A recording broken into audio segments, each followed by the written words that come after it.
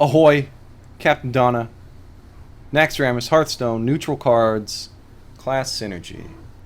Still cruising through this stuff. I'm going to do a fun one today. Chow. So the zombie Chow. 1 drop, 2/3, death rattle. Restore 5 health to the enemy hero. Pretty popular card. Pretty powerful card. A lot of people are talking about this card. I've heard some people say that this card is the most crazy overpowered card that like exists ever. I've heard some people say that this card is even better than the almighty Lotheb. I think in principle it's supposed to be the opposite. It's supposed to be the opposite of the Flame Imp, right? Flame Imp is the Warlock card. That's a 1 drop. That's a 3/2, and its Battle Cry does 3 damage to the hero that summons it. This is your 2/3, opposite stats there, but the problem is that it gives 5 health back to your opponent at the beginning. It being a 1 drop kind of counters this death rattle a little bit, because if it dies on turn 2, turn 3, turn 4, your opponent very likely has not even taken 5 damage at that point, especially if this card is dying, which means that you're trying to get some kind of board presence, something like that. Certainly it's in the running for best stats as a 1 drop, and for every class other than Warlock, it is the best stats that you can get for a 1 drop. So it's an exciting card, it's an interesting card, and I'm not surprised that it's popular. Let's take a look at the individual classes and see how they line up with it. Druid. It's a 1 drop, so Innervate, Wild Growth, these don't really do anything that has to do with it. You're really going to be focusing on the stats of this card, and the strength would be that it's giving you kind of the stats of a Harvest Column, right? You see Druids Innervate out Harvest Column on turn 1. Now they're doing that, but they don't have to pay. They don't have to give up an Innervate for it. So protecting it with maybe your hero power and enhanced hero power like Claw, Savagery, or Bite, that can be good. Well, Bite's pretty expensive at that point, but it already has great stats, so making those stats even stronger with Mark of the Wild, Power of the Wild, Mark of Nature, that's pretty good. Not as much synergy with your Savage Roar, Force of Nature combos, because while the stats on it are good for a 1 drop, you're not going to be setting up for killing your opponent on one of those turns. Or excuse me, on like turn 1. And in addition, when you're setting up on turn 8, turn 9, turn 10, turn 15 or whatever, you're usually keeping a really good eye on their life total, because that's what you want to take them down from 14 to 0, whatever.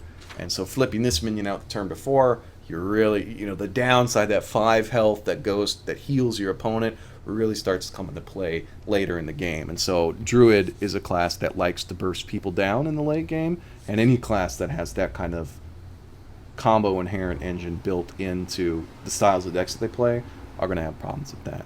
Same thing, it's not that great with Poison Seeds, because it's going to be healing your opponent, and by the time you're going to pop Poison Seeds for multiple minions in the mid game, you probably are going to be healing them. You probably don't want to heal them. Strong in the early game, and so I think the key is get as much value out of it that you can. I could even see blowing a Healing Touch on it on like turn 3 or turn 4, depending on the deck that you're against, right? Especially if you have it marked up and it's got a taunt and it's against an aggro deck or something like that, then that could be pretty good.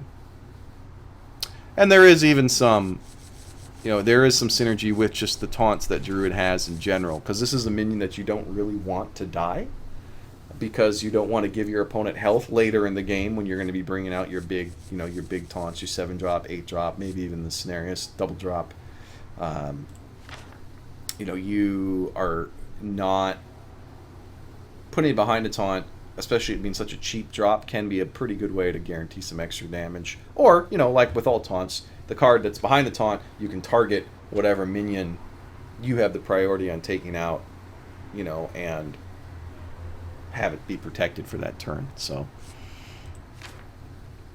with Druid, I think this card, with Druid, I mean, the big thing is this card in particular benefits from buffs. maybe more than other ones because the stats are so good in the early game. But it falls off a lot in the late game. Although it isn't a beast for Hunter, so you lose a lot of synergy with that, it is a very powerful one-drop. And in aggressive Hunters, the reason that you see even non-beast cards like Leper Gnomes, like Argent Squires, things like that, are because they're one-drops that can do decent damage, right? Kind of a zoo-type Hunter where it's not all just beasts. I think this card is definitely going to be there because it has such good stats for the one-drop. That said, you are definitely going to have to deal with the downside of it, which is that it's going to heal him for 5 health. With Hunter, unlike every other class, it's not uncommon that your opponent will take more than 5 damage in the first few turns because, you know, explosive traps popping off. You know, a hyena, animal companion is always really good stats. You know, these are things that, you know, maybe even kill command. Houndmaster taunts. These are things that in the early game usually put a lot of damage out on your opponent. I mean, that's how Hunter wins games. They just constantly apply all this pressure, and they just murder you with kill command combos, unleash combos, or Leroy Jenkins combos. And so this is definitely going to make it, your opponent is going to be at 35 health. The thing is though, with Hunter, I mean, that may not matter. I mean, when Hunter gets the cards, it is tough to beat because they can just roll so hard that, you know, and your opponent's board is just in shambles the entire time. So it's a good aggressive card for Hunter. There is a downside, which is that the 5 health probably is going to pop off.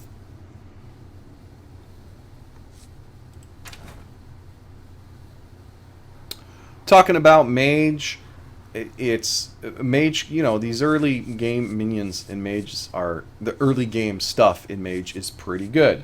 If a Mage draws the good cards, it's early game cards, it's really hard to hold the board against them because Mana Worm can get strong, missiles can clear, comboed with the hero power, and then Mirror Image is your cheap double taunt, right?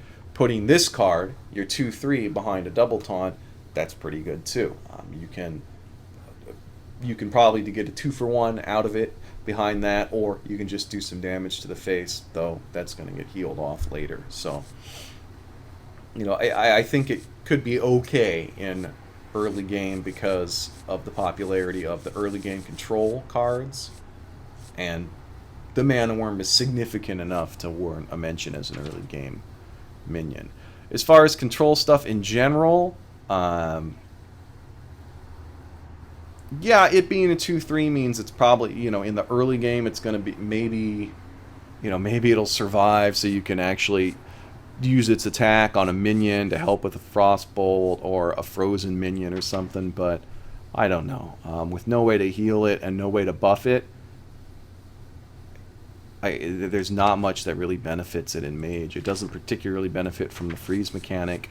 It doesn't particularly benefit from the control stuff that Mage has. And the downside is,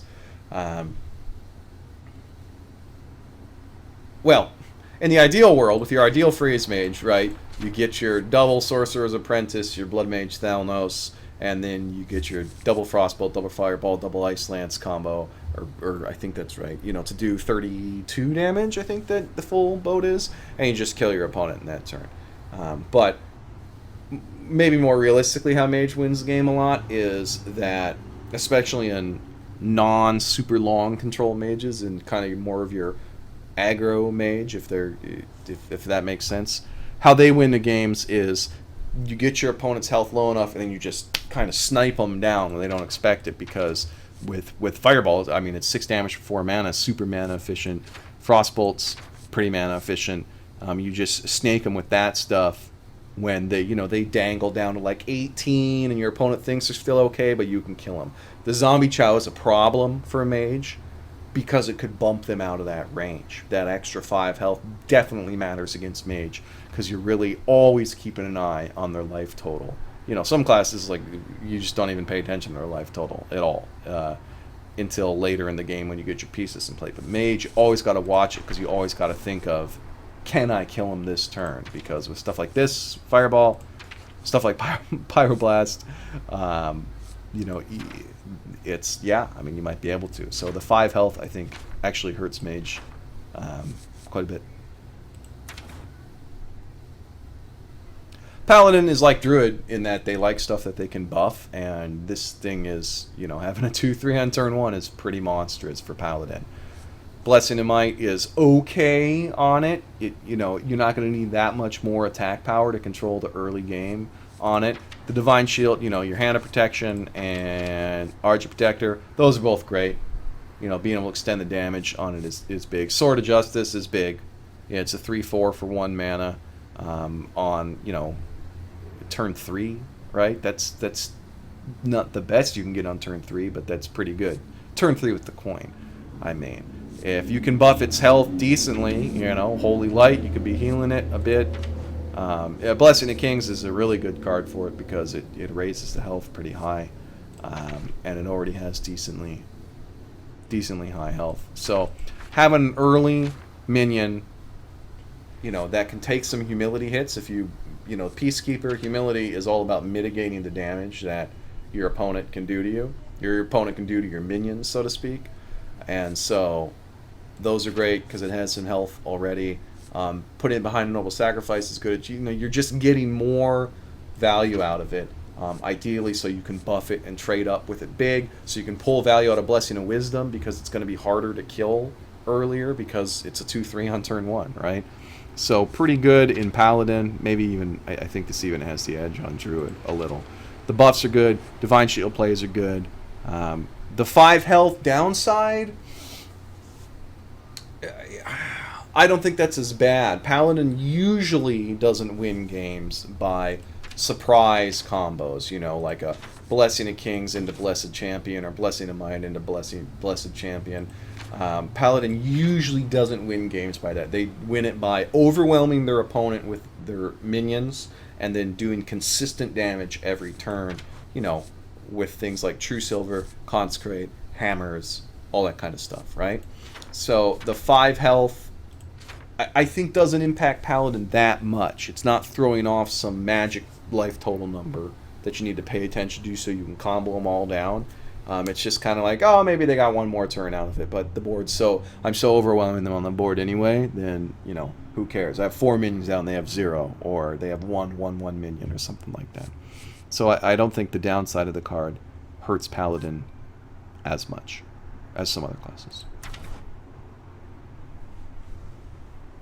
Priest is the big money, right?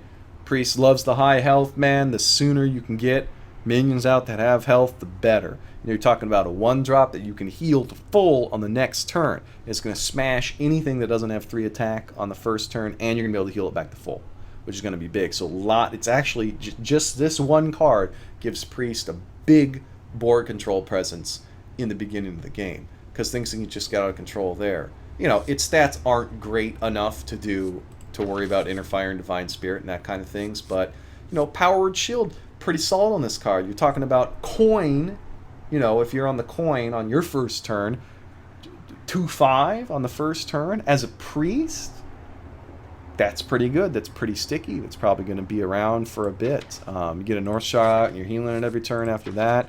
You know, that's cool. Lightwell can hook it up. That's good. You know, Occultist throwing more health on it. Because it's probably going to survive, that's such a good thing for Priest. Because now it gives them a decent minion that's in the early game. And for your mid game, or even your end game, I mean, this is the big combo that people are talking about with this card that I think everybody leapt to, which is with your Soul Priest, the 5 health restore to your opponent, now it does 5 damage to them. So for 6 mana, right, you can do 10 damage to him. Is that right? Yeah. You know, you drop your Soul Priest, you drop 2 of the little zombie Chow guys, and then you pop Circle. So now you've done 4 damage to the board and 10 damage to your opponent. You know, Priest actually has cheap ways, Mind Blast, right, to do a lot of damage to your opponent. And then this is definitely no exception to that. So it's got a lot of stuff. All the plus health stuff for Priest is good, especially the earlier game things. And on the other side, Priest can do a lot with this card in general. I mean, it's got Shadow Madness. It's okay with 2 attack. You Cabal can snake it. That's it's okay. That definitely the big combo is the Soul Priest. So it's I think it's really strong in Priest, and it's just one card, right? But I mean, that's having high stats in the early game. Priest has always traditionally been weak in the early game because it has a hard time taking advantage of those things, because usually other classes have things that are faster than just neutral cards, but this is not the case.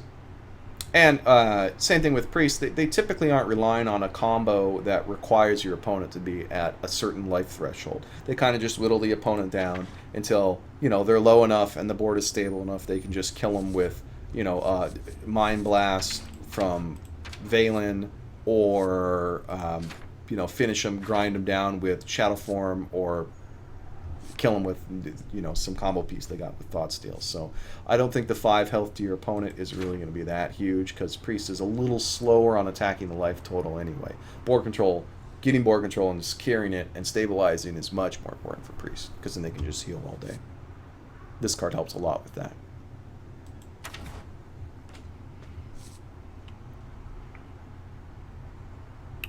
Now, Rogue can't heal their minions, but they do like cheap minions in general. Your South Sea deckhands are the 1-drop, your Argent Squires, you see Leopard Gnomes sometimes. You see cheaper minions,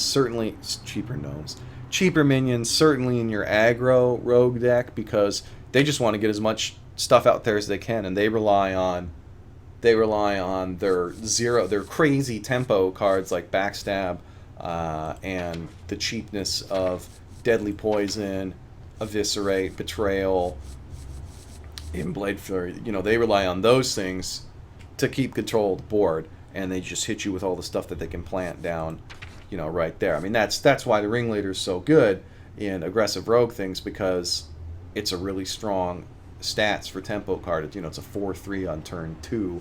This is a 2/3 on turn 1. Pretty big. So I think in an aggro rogue deck, it's pretty decent, because you just kill all their stuff with all the cards from before, Perditions and SI Agent. You can keep the board clear with your own tools, and then you just kind of finish them off by grinding them down with Assassin's Blade, that kind of stuff. And maybe a Eviscerate combo to kill them at the end. It's not a great card to have returned to your hand, I don't think, because there's no battle cry on it, and you don't want to heal your opponent twice. Well, no, you wouldn't, because you'd be returning it, so it wouldn't die. So, that said, it's problematic for Rogue. It's definitely problematic for Miracle Rogue, because, like Mage, Rogue is usually waiting for a time when they just happen to have enough damage in their hand that you can just kill your opponent outright. You just ignore and just go face with everything, and your opponent dies. Miracle Rogue is about those damage thresholds, right? Getting triple, Leroy double Shadow Step, it's 18 damage. I got picked up Cold Blood, now it's 22. Picked up 2 Cold Bloods, now it's 26. I used the Shadow Step, okay, that's back down to 18. No, it's down to 20. Rogue always needs to keep in mind what life total they can immediately kill their opponent at, and with Miracle, you're setting up for that combo, right? So 5 more health on your opponent can really screw things up, I think. And Rogue, I think, really depends on that. So it's going to be a tough card to put into Rogue just because of that. As great as the stats are, and though Rogue does love it some cheap minions, the 5 health to your opponent's going to hurt in Rogue. Shaman is like Paladin, and it's a little like Priest in that it likes the cheap stuff to get out early to maximize value on it, right? With its buffs sometimes, with with your Rockbiter weapons, and being able to Flame Tongue. It's stronger things to put on a Flame Tongue, stronger things to put behind Feral Spirit, stronger things to mop up after a lightning storm, stronger things to Wind Fury and to have for Bloodlust. This is a card that is definitely going to stick around, I think, for the first turn or so, just because of the 3 health on the 1-drop, which is really good. But it's tough in Shaman. Paladin has permanent buffs, things that can alter it permanently, and Shaman is built around your totems and your board presence, so you can get really favorable trades in it. Put it behind 2 taunts and it can just poke your opponent in the face for 2-3 turns in a row. That's good for most cards, but this card, when it dies, as it will eventually, you're gonna undo the damage that you did by having it behind, Feral Spirit or an Earth Elemental, right, and protecting it.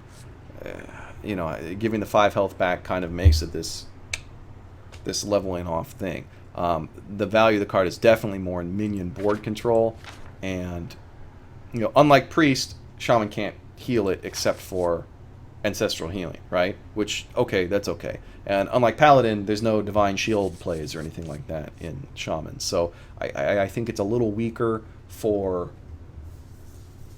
a class that's very similar to Paladin, and it just tries to overwhelm your opponent with your board. And it is good, just because it's another minion that you have out with your totems. Shamans don't have a 1-drop, anything like that. But it's not quite as good because, okay, let's say you get a 2-for-1 for it, right? That's really good. But let's say you get a 1-for-1. It's okay. And your opponent heals a little bit. Yeah. The heal, the 5 health, it doesn't hurt you quite as much in Shaman. Yeah, Shamans usually do have... it's pretty common to see Rockbiter put on Leroy Jenkins or Alakir or yourself with a Doomhammer, and using that to kill your opponent in like the last turn that they have. But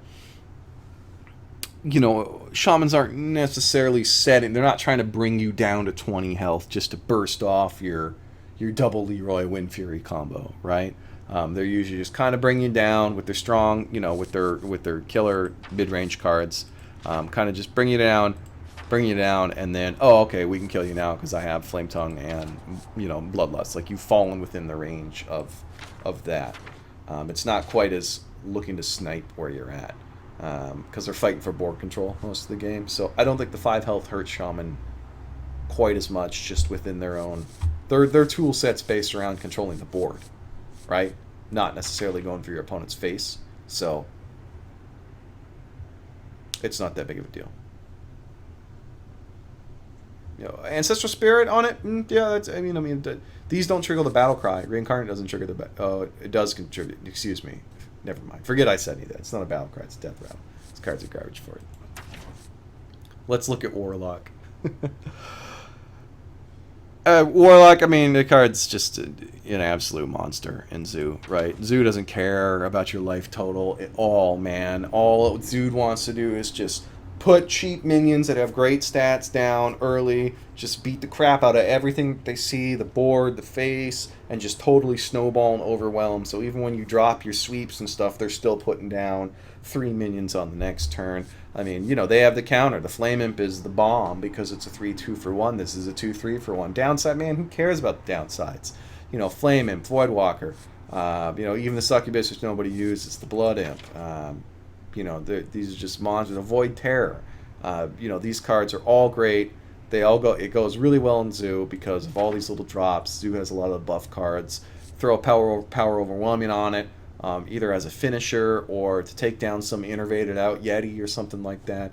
It's a card that I think sinks super low, super well with the low drop demons, which are popular in Zoo. It is not a demon itself, so you cannot sacrificial pact it. I know that is a deal breaker for some people, but you'll just have to get over that. So I think it's strong in an aggro Warlock. In control, it does not benefit from summoning portal. That's true.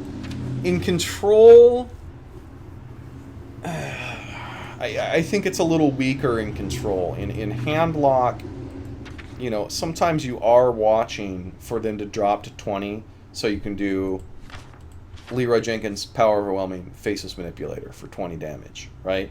I think that you are kind of looking at that, or you are have to make those decisions about, do my giants go to face or do they go for minions? Because if they go to face, maybe I can just edge my opponent off with the Hellfire, right? Something like that. So you are still watching their life total a little more in control, and this card hurts that. The extra 5 health is going to hurt you a little more there. I mean, you know, that's probably control only wins about half of its games like that. The other half of its games are just, you didn't draw your answers for the giants, and I murder you for, you know, 16 damage every turn or something like that. So it does not really matter as much there. But there are Leroy combos. There are kind of combo one-turn kills that Handlock puts together, and this card is going to hurt anything that happens with that.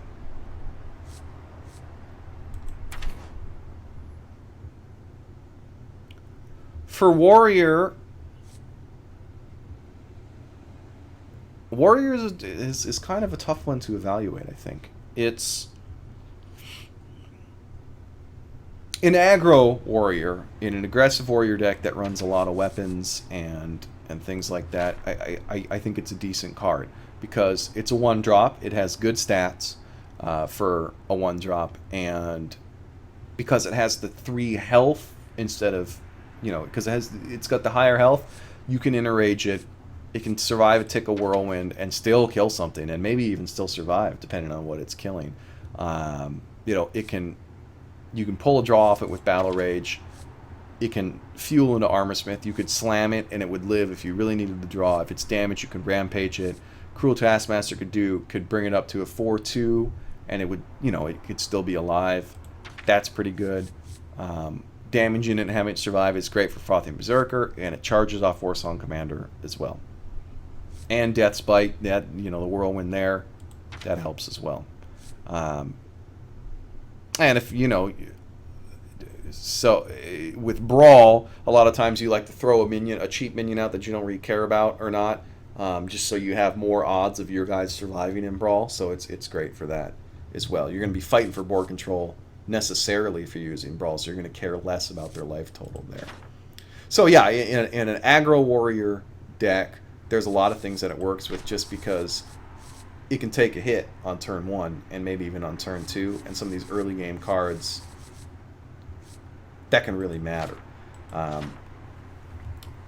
Aggressive warrior, the 5 health being added to your opponent, you know, you're talking about, you know, War Axe. I mean, look at the tools you have. War Axe, all your charge stuff, Death's Bite, Arcanite Reaper, Gorehowl. You know, these are things that don't care that much about what your opponent's life at. You can just do so much damage, especially when you get an aggro warrior deck rolling with like the pirates and stuff. You can just do so much damage to your opponent, so, like, you know, on like turn 6, that nobody really cares that much about if they have 5 additional health. Kind of. You know, Aggro Warrior's big downside is that it can run out of gas. They typically don't run with much draw power, and if they lose board presence, they get screwed. And because they go face so much, usually your opponent is chipping away at your board presence more and more and more until you don't have it anymore. And so if you happen to sputter out and you have your 1 turn from killing them, except you have to hit them with a Reaper twice instead of once, that could be an issue. That could be an issue. Overall, I still think it's good for Control Warrior, but excuse me, for Aggro Warrior, but, you know, maybe not quite as good as I thought on first impression.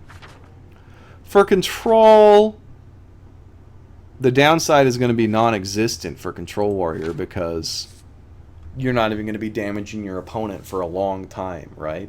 You know, all Warriors delay cards that play into Control, you know, your Shield Slams, your Executes, Shield Block, Brawl, that kind of stuff.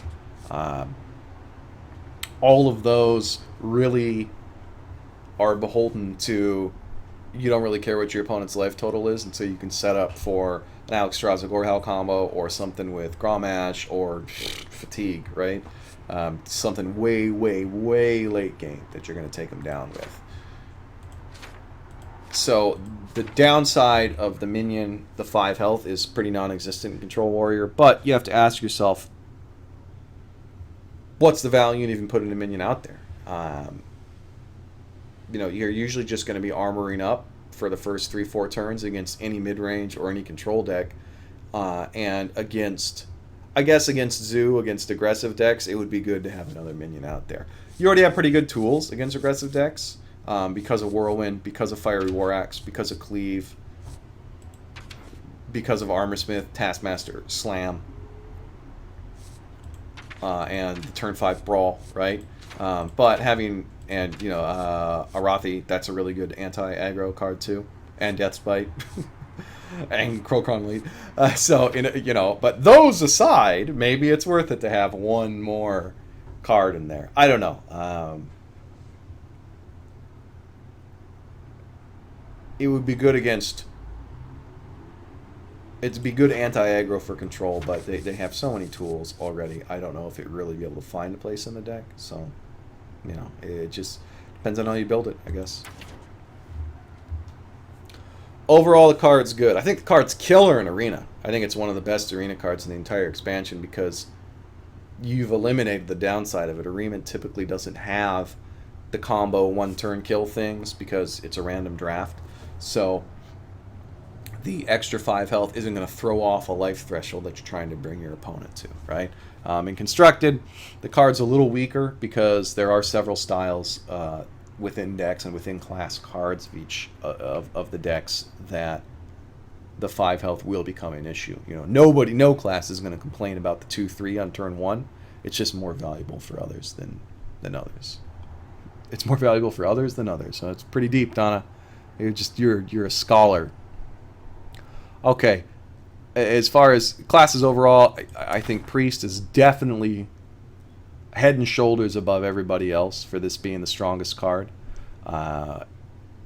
In Priest, it's because of the early game stuff that it can do. Below, and being able to heal it, all that kind of stuff. Below that is probably going to be Paladin because of the permanent buffs and the Divine Shield, and then Warlock just because it works so well in Zoo. Beneath that, I go Warrior, especially Aggro Warrior. Shaman, it's okay in. Druid, it's okay in. Yeah, I mean, there's nothing super exciting, but there's not really that many downsides to it, except, with Druid you get a little bit into the combo life total stuff, so it's a little weaker. And then, beneath that are going to be Hunter, because it's not a beast, but it's still a good aggressive card, and Hunter usually can deal with the 5 damage, and I think it's the weakest for Mage and for Rogue, because those are the classes that so much, even more than Hunter, depend on setting up for a 1-turn kill combo, or where it hurts you even more is behind Mortimer here, but where it hurts you even more is those fortunate games where on turn 7 or turn 6 or turn 7 or something like that, you could kill them. You could just grab that victory out of the air. But if they had 5 more health, then you couldn't do it. Despite it being a good early card, the downside hurts those 2 classes, I think, more than the rest. We'll see how it develops, if people grow to love the card even more, or if they love to hate it even more. Who knows? We'll just have to see how it evolves. Smooth sailing.